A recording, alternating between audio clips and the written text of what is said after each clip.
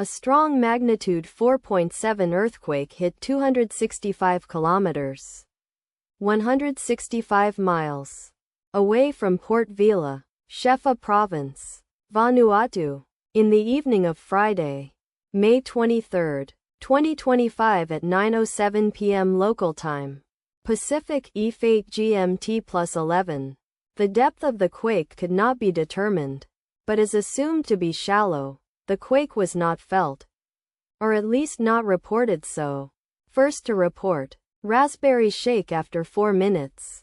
The earthquake occurred 8 weeks after a magnitude 5.0 earthquake had hit on Friday, March 28, 2025, at 12:53 p.m. GMT +11 local time, in 69 kilometers, 43 miles, distance to the southwest. Data source from Volcano Discovery. Did you feel it? Let us pray. May God protect everyone. Amen.